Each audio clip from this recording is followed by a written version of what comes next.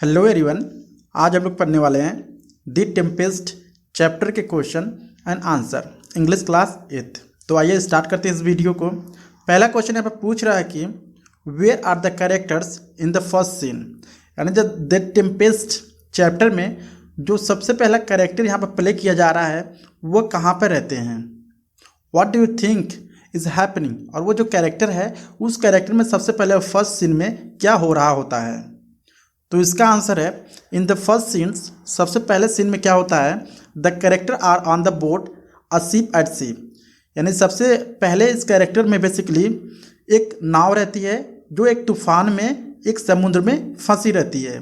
They are facing a heavy storm at sea and are desperately trying to save themselves from the situations they have found themself in, और वहाँ पर काफ़ी तेज़ी से तूफान भी आया रहता है जहाज़ के पास, ठीक है, या बोल सकते हैं हम लोग समुद्र में। तो सब लोग क्या करते हैं, जितने भी लोग जहाज पे रहते हैं वो लोग अपने आप को बचाने की कोशिश करते हैं। क्वेश्चन 2 है what does all hands on deck. All hands deck on का मतलब क्या है, ठीक है। Why does the captain want it, यानी जो कैप्टन है ये क्यों चाहता है। तो इसका आंसर है द फ्रेजेस, ये क्या एक तरह से फ्रेजेस है, ऑल हैंड्स ऑन डेक, ठीक है। इसका मतलब होता है all hands working on the ship need to report the deck to take up their responsibility. इसका मतलब है कि जितने भी लोग बोट पे हैं, जो बोट को चलाने वाले हैं, उनको कहाँ जाना है, उनको अपने अपने काम पर लौट जाना है ताकि वो जो जहाज़ है तूफान में फंसी हुई है वो कहीं डूब ना जाए। So captain want it because the storm situation at sea, एक कैप्टन इसलिए चाहता है कि जो सिचुएशन है बेसिकली काफ़ी बुरा रहता है क्योंकि उस समुद्र में काफ़ी बड़ी तूफान आई रहती है, और वो कैप्टन सोचते हैं कि वो कहीं जहाज़ उनकी ऐसा ना हो कहीं जहाज़ डूब जाए, इसलिए जितने भी कार्यकर्ता हैं उस जहाज या उस बोट को चलाने वाले हैं वो लोग अपने अपने काम पर लौट जाएं और अपने अपने जो भी काम है उसको हैंडल करें सही से। He wants all the sailors to help out else there is the fear the ship drowning at sea, ठीक है। यानी वो चाहते थे जितने भी बोट को चलाने वाले हैं वो अपने अपने जगह जाएं और कहीं बोट ऐसा ना हो कि वो समुद्र में डूब जाए। क्वेश्चन 3 है why is everyone panicking. So panic का मतलब होता है घबराहट, ठीक है। जब लोग घबराए हुए रहते हैं, डरे हुए रहते हैं, सहमे हुए रहते हैं तो उसको हम बोलते हैं पैनिक, ठीक है। तो ये कह रहा है कि व्हाई इज एवरीवन पैनिकिंग, यानी जो सब लोग थे वो घबराए हुए क्यों थे। What are they afraid of, और वो सारे लोग किस चीज़ से डरे हुए थे। The answer is everyone is panicking because, जो सब लोग थे इसलिए घबराए हुए थे क्योंकि they are facing a terrible storm at sea, यानी हर एक लोग जो थे बोट पर जितने भी लोग मौजूद थे वो एक बड़े से तूफान का सामना कर रहे थे। They are afraid of running aground and losing their lives at sea, वे सोच रहे थे कहीं जो हमारी जहाज है वो डूब ना जाए और हम कहीं मारे ना जाएं। क्वेश्चन 4 है let's all go down with the king, यानी इसका मतलब क्या है। हु सेज दिस वर्ड, यानी ये कौन कहता है let's all go down with the king, यानी सब लोग राजा के साथ जाओ। तो कौन कहता है, आंसर है एंटोनियो। एंटोनियो कहता है। एंटोनियो कौन रहता है, प्रोस्पेरो का बुरा भाई रहता है, ठीक है। जो प्रोस्पेरो का एंटोनियो जो रहता है, ठीक है, प्रोस्पेरो को सारा जायदाद या उसकी जो राज रहता है वो हड़प लिया रहता है। तो एंटोनियो जो है प्रोस्पेरो का भाई रहता है। Was has taken on the title of Duke of Milan says this word, ठीक है, यानी ये कहता है कि let's go down with the king, Antonio कहता है, ठीक है। बी दिया है who is the king he is referring to, यानी वो किसको राजा कह रहा है। तो इसका आंसर है the king he is referring to Alonso, Alonso को राजा कह रहा है। कहाँ का राजा था वो, द किंग ऑफ नेपलस, ठीक है, वो नेपलस का राजा था। सी है why does he think that they will go down together, वह ऐसा क्यों सोच रहा था कि सारे लोग साथ साथ नीचे जाएंगे। इसका आंसर है he thinks that they will go down together because the storm is a powerful on which will not distinguish between the kings and others, ठीक है। यानी वे लोग चाहते थे कि साथ साथ सब लोग जाएं नीचे क्योंकि काफ़ी बड़ी तूफान आई हुई रहती है, ठीक है, और उस तूफान को थोड़ी ना मालूम है कौन राजा है कौन उसके प्रजा है, ठीक है। तूफान जिसको पाएगी उसको उड़ा ले जाएगी या उसको जान से मार देगी। तो इसलिए वो चाहते थे कि सब लोग क्या हैं, एक साथ रहें और एक साथ नीचे जाकर कहीं किनारे बैठ जाएं। It will equally impact them all, जो स्टॉर्म होता है बेसिकली वो सब पे एक बराबर इम्पैक्ट डालता है। क्वेश्चन 5 पूछ रहा है कि where does Prospero and his daughter live. Prospero और उसकी बेटी कहाँ रहते थे। वाई आर दे हियर, और वे यहाँ क्यों रहते थे। इसका आंसर है Prospero and his daughter now live on an island. Prospero और उसकी जो बेटी थी वो एक बड़े से आइसलैंड पे रहते थे। आइसलैंड पे एक बड़ा सा गुफा था, उस गुफा में रहते थे, ठीक है। They are here because they were pushed out of their former kingdom. वे इसलिए इस आइसलैंड पे रहते थे क्योंकि उनको उनके राज्य से निकाल दिया गया रहता था। And due to the certain wicked event that ट्रांसपेरेंट्स Prosperous brother Antonio incited the king against them and they faced him and his daughter to leave the country। यानी जो उनका भाई रहता है प्रोस्पेरो का एंटोनियो, वो क्या करता है प्रोस्पेरो को उनके ही गद्दी से उनको उतार कर उसको उनकी जो जितनी भी जायदाद मतलब किंगडम रहती है, राज्य रहती है, वो छीन लेता है और उनको अपने देश से बाहर निकाल देता है। They raised an army against Prospero and one night they open the gates and hurried them out. एक रात क्या होता है प्रोस्पेरो को निकालने के लिए एक बहुत बड़ी ग्रुप बनती है और ग्रुप क्या करता है उसको प्रोस्पेरो को वहाँ से निकाल कर, ठीक है, उनके राज्य से निकाल कर भगा देता है उनके देश से। और जो एंटोनियो रहता है उनकी गद्दी पर बैठ जाता है और वहाँ पर राज करना शुरू कर देता है। क्वेश्चन 6 है व्हाट इज प्रोस्पेरो वेल वर्सन्ड इन। जो प्रोस्पेरो है वो किस चीज़ का ज़्यादातर जानकार था। इसका आंसर है Prospero is well versed in magic. यानी जो प्रोस्पेरो था बेसिकली वह जादू का काफ़ी जानकार था, उसको जादू की जानकारी थी। He is able to raise storm at sea, और वो क्या था वो समुद्र में एक बड़ा सा स्टॉर्म यानी तूफान क्रिएट करने वाला जादू जानता था। And hypnotize people with his magic, और वह लोगों को मंत्रमुग्ध कर देता था अपने मैजिक से। क्वेश्चन 7 है now that you have read the play. यानी आपने अभी तक पूरे प्ले को पढ़ चुका है, ठीक है। So do you think the storm is natural. क्या आपके हिसाब से जो तूफान है वो नेचुरल है या वन एन आर्टिफिशियली या किसी दूसरे के द्वारा ये किया गया है। बाय वोम, अगर किया गया है तो किसके द्वारा किया गया है। तो इसका आंसर है the storm is an artificially created one. हम लोग जानते हैं जो तूफान है बेसिकली वो एक इंसान के द्वारा क्रिएट किया गया है, ठीक है। इसलिए कह रहा है यहाँ पर आर्टिफिशियली क्रिएट किया गया है। It has been created by Prospero, यानी प्रोस्पेरो ने इसको क्रिएट किया था to scare the others at sea, दूसरों को डराने के लिए जो भी बोट में थे उस समुद्र में। And to bring them fruitions the plans he has been hatching in his mind, और वो प्रोस्पेरो अपने दिमाग में एक प्लान चला रहा था और उसके प्लान के अकॉर्डिंग वो सारी काम कर रहा था। क्वेश्चन 8 है चूज द करेक्ट आंसर्स। पहला है Prospero had made the mistake of neglecting his ड्यूकडम because. जो प्रोस्पेरो है, ठीक है, वो मिस्टेक किया था, गलती किया था अपने mistake of neglecting his ड्यूकडम because. वह प्रोस्पेरो इसलिए अपने राज्य को छोड़ देता है क्योंकि he was interested in magic, वह काफ़ी इंटरेस्टेड होता है मैजिक में। And trusted his brother well, और वह अपने भाई पर काफ़ी भरोसा करता था। कौन से भाई पर? एंटोनियो पर।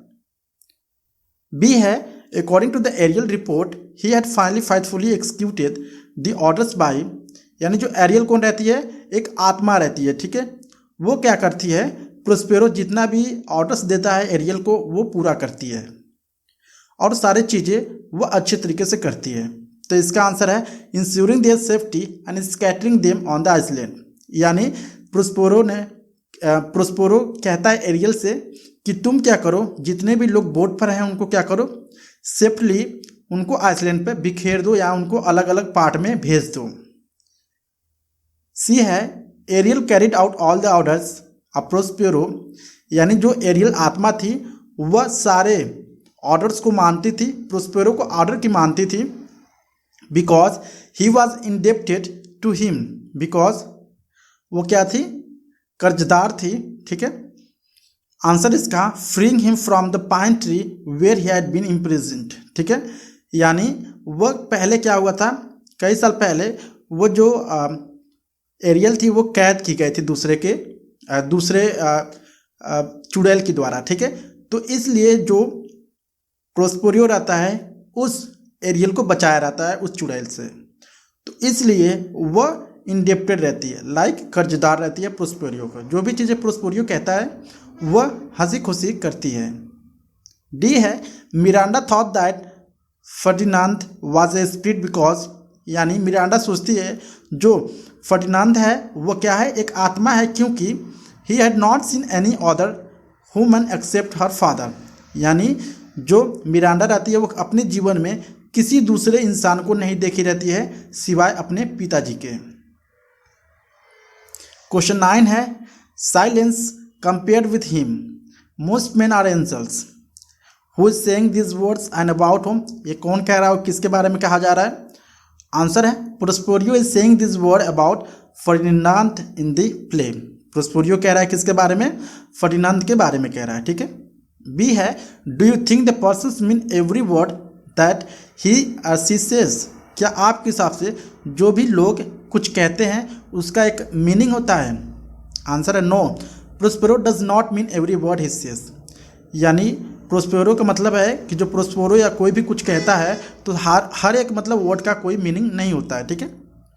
सी है why is the person saying this, यानी जो पर्सन से सारी चीज़ें क्यों कह रहे हैं। व्हाट डज ही और सी विश टू डू, ये सारे लोग क्या करने की इच्छा जता रहे हैं। तो इसका आंसर है Prospero is only saying all this to make Ferdinand more anxious. ये सारी चीज़ें प्रोस्पेरियो फर्डिनांड से इसलिए कह रहा है क्योंकि वो चाहता है जो फर्डिनांड है, ठीक है, वह ज़्यादातर चिंतित हो जाए इस बातों को सुनकर and pine for his daughter more, और वो अपने और जो सोच रहा था कि मेरे डॉटर के लिए क्या हो जाए, ज़्यादातर शोक में घुल जाए या तड़पे, ठीक है। He wants Ferdinand and his daughter Miranda to marry. वो चाहता था कि फर्डिनांड और उसकी जो डॉटर है वो आपस में शादी कर लें, ठीक है। थिंक एंड आंसर क्वेश्चन 10 है would Prospero recovery of his dukedom and end of exiles have been possible without Ariel help. क्या बिना उस एरियल आत्मा के जो प्रोस्पेरियो था वह अपने राज्य को वापस पा सकता था? Why did Ariel do all his from him for him, ठीक है। आखिर में जो एरियल आत्मा थी वो सारी चीज प्रोस्पेरियो के लिए क्यों किया? तो इसका आंसर है no, Prospero recovery of his dukedom and end of exiles wouldn't have been possible without Ariel self. नहीं, ये कभी भी नहीं हो सकता था अगर एरियल जो आत्मा थी अगर प्रोस्पेरियो की हेल्प नहीं करती तो ये पॉसिबल नहीं था कि प्रोस्पेरियो अपना जो राज्य है वो वापस पा सकता था। It was Ariel who helped Prospero to carry out the magic that he wanted to. यानी वो आत्मा ही थी जो कि प्रोस्पेरियो चाहता था जिस तरह से वो परफॉर्म करे या मेरे राज्य जो है वो मुझे लौटाने में हेल्प करे। Ariel help strike the ship with fire increase the waves on sea. यानी जो एरियल आत्मा थी उसने ही समुद्र में ज़्यादातर जो लहरें थीं उसको बढ़ाया था या तूफान लाया था और उस शिप में आग भी लगाया था। And finally got the ship safely in the harbour and scattered the men across the Iceland.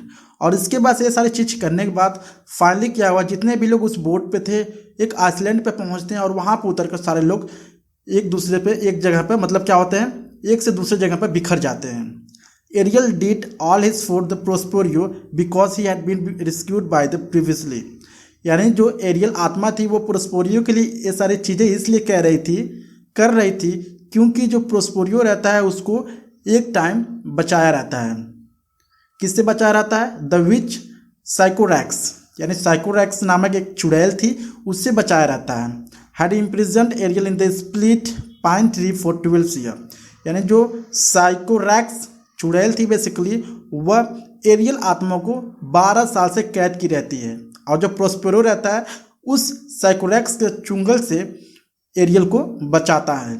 इसीलिए जो एरियल थी वो बेसिकली काफ़ी एहसानमंद थी प्रोस्पेरियो की, इसलिए जो भी चीज़ें प्रोस्पेरियो कहता था उस एरियल को यानी एरियल आत्मा को मानना पड़ता था। क्वेश्चन 11 है what kind of a person do Prospero must to be. यानी किस तरह का इंसान प्रोस्पेरियो बनना चाहता था। See how many qualities of his you can isolate from the happening of the glory of the play, ठीक है। यानी अब किस किस क्वालिटी को आप अपने में अपना सकते हो इस प्ले से।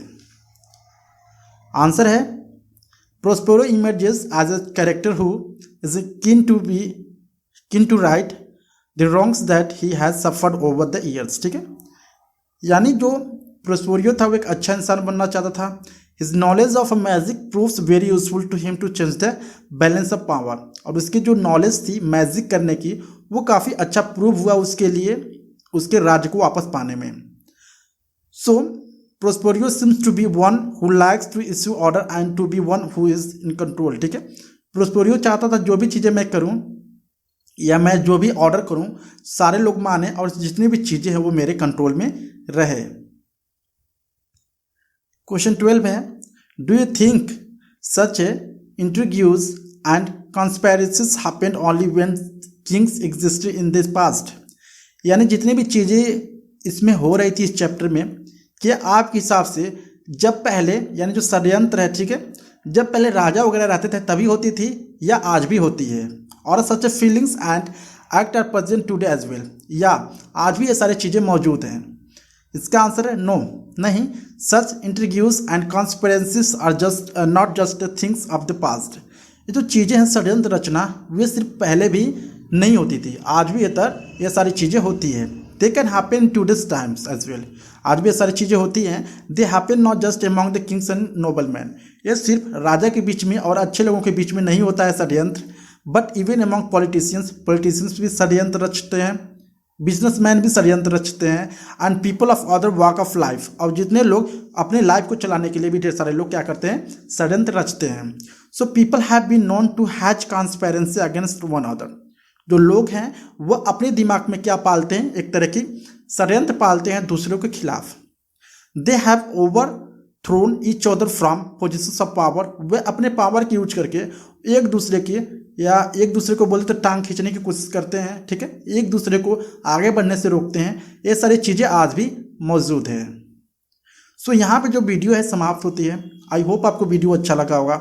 अगर अच्छा लगा है please like and subscribe my channel और बेल आइकन भी हिट कर दीजिएगा ताकि आपको जो भी वीडियो मैं अपलोड करूं आपको समय से उसका नोटिफिकेशन मिल जाए. Thank you.